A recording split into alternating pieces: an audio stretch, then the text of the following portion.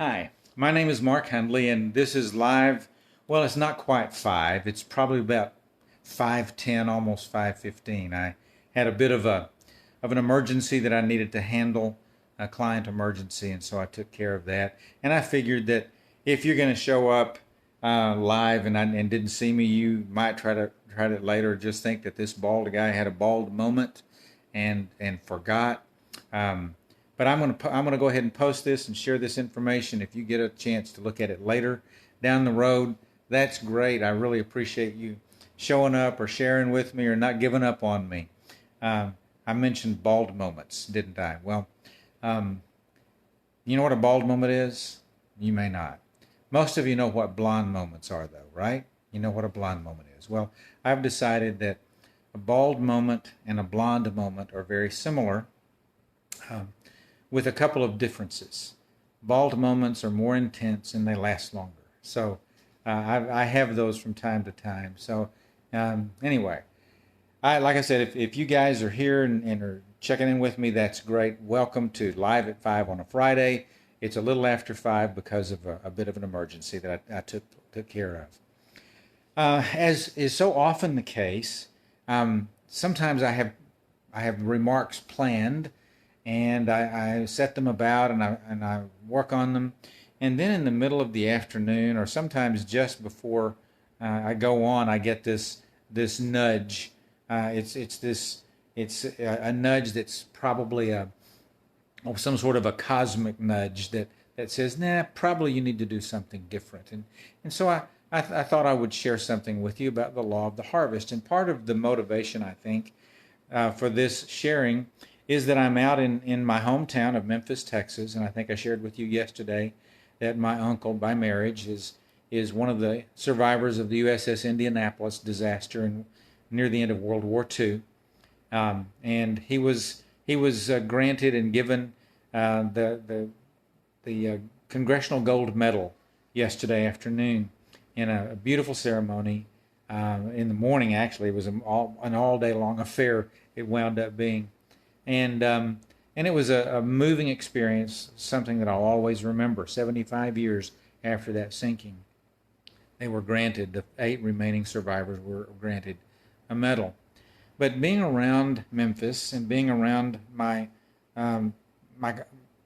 homestead, really the family home, I was taken back to growing up and coming out every summer to my grandmother's house.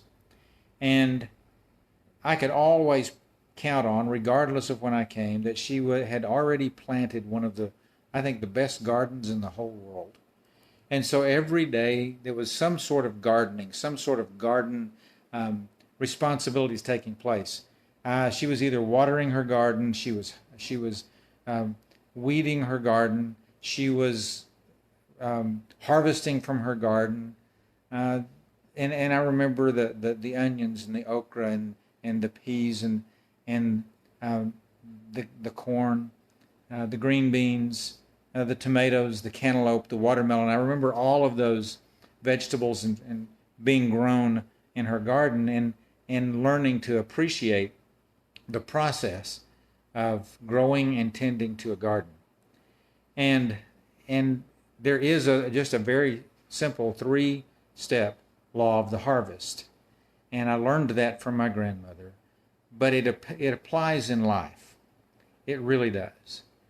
In the same way that it applies to everything else we do. The law of the harvest is this. You harvest what you plant. Period. If you plant corn, you'll get corn. You harvest more than you plant. One kernel of corn produces a stalk that then produces multiple new ears of corn. And you harvest later than you plant. Nothing happens overnight. For most of my adult life, I've been aware that in everything that we do, the law of the harvest is active. When I work with students many times, and they're at Plano Senior High or other schools where I've worked, and they come in and they begin to talk about wanting to do better and be better and worried about their grades or their attendance or their papers or their getting into college or whatever the concern might be, I talk with them about the law of the harvest. And sometimes it's relationships that they struggle with. And I say, so what is it you're planting in your life? What are you doing? And they didn't get that. I said, okay, so you're going to get what you plant. So what are you planting in your life? What are you planting in your studies? What are you planting in your relationships? What are you planting for your future? And so we would create this discussion that talks a lot about what they're planting. Now, the law of the harvest is really funny. Lots of times when I'm in therapy with individuals, we'll talk about the law of the harvest. And I'll ask them, so what seeds did you plant 10 years ago that you're receiving a harvest on right now? And they got that. So we talk about those things often. And I would say, so what do you want to do? How do you want to change that? Well, I would rather, instead of what I'm having right now, I'd rather have, and they give me an example. And I say, okay, let's start working on planting new seeds. If you want corn, you've got to stop planting green beans and expecting corn. It doesn't happen that way. Because remember, you harvest what you plant. You plant green beans, you get green beans. In life, you harvest what you plant.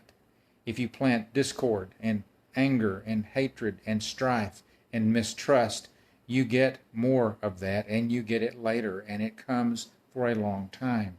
If you plant love and trust and comfort and peace, you begin to experience those things. But the problem in shifting gears is that people want to have those things happen overnight.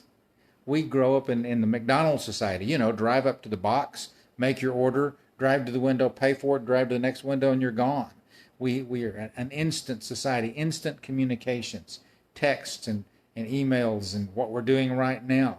We get so used to that being fast and furious and right around the snap of a finger, but most change takes time. And most change has at its core we deciding to do something different. So the law of the harvest is working in everything that we do. Every relationship with our spouse, with our children, with our friends, with our coworkers. It happens with our religious practices, with our spiritual practices, with our taking care of ourselves, our body, our heart, our diet. Everything is subject to the law of the harvest. So remember, if you want to change something, if you are not liking where you are right now, you can't change it by changing the seeds that you plant, nurturing those seeds, because you know that down the road you will get more of what you're planting. But you're probably going to be harvesting some of what's already been planted in your life by yourself and others. So the deal is, don't give up. Keep planting. Keep nurturing. Keep believing. Keep looking forward to that new harvest. And eventually, all of the new things that you're planting in your life will come about, and they will dominate your garden. They will dominate the life of your garden if you will be persistent and consistent in planting the seeds that you want. Because remember, the law of the harvest is you harvest what you plant. In the garden of green beans and in the garden of life, you harvest more than you plant. It's a guarantee. One pea brings a whole plant full of peas. And you harvest later than you plant. And in that process, you're nurturing and caring for that. So I hope that as you come to the end of this week and you start a weekend, that you will kind of take stock of the seeds that you've been planting, what their outcome has been, what the harvest is that you're having. Do you like it? Do you not? Do you want something different? And then I encourage you to decide what you want. Find the seeds, start planting them, start nurturing them, and be ready for your harvest. Okay? Hey, have a great weekend. I hope to see you next week. I'll probably do one on Monday. But live at 5, 10, 15, whatever it was today is over. Thank you for joining me. It's good to see you. Take care. Bye-bye.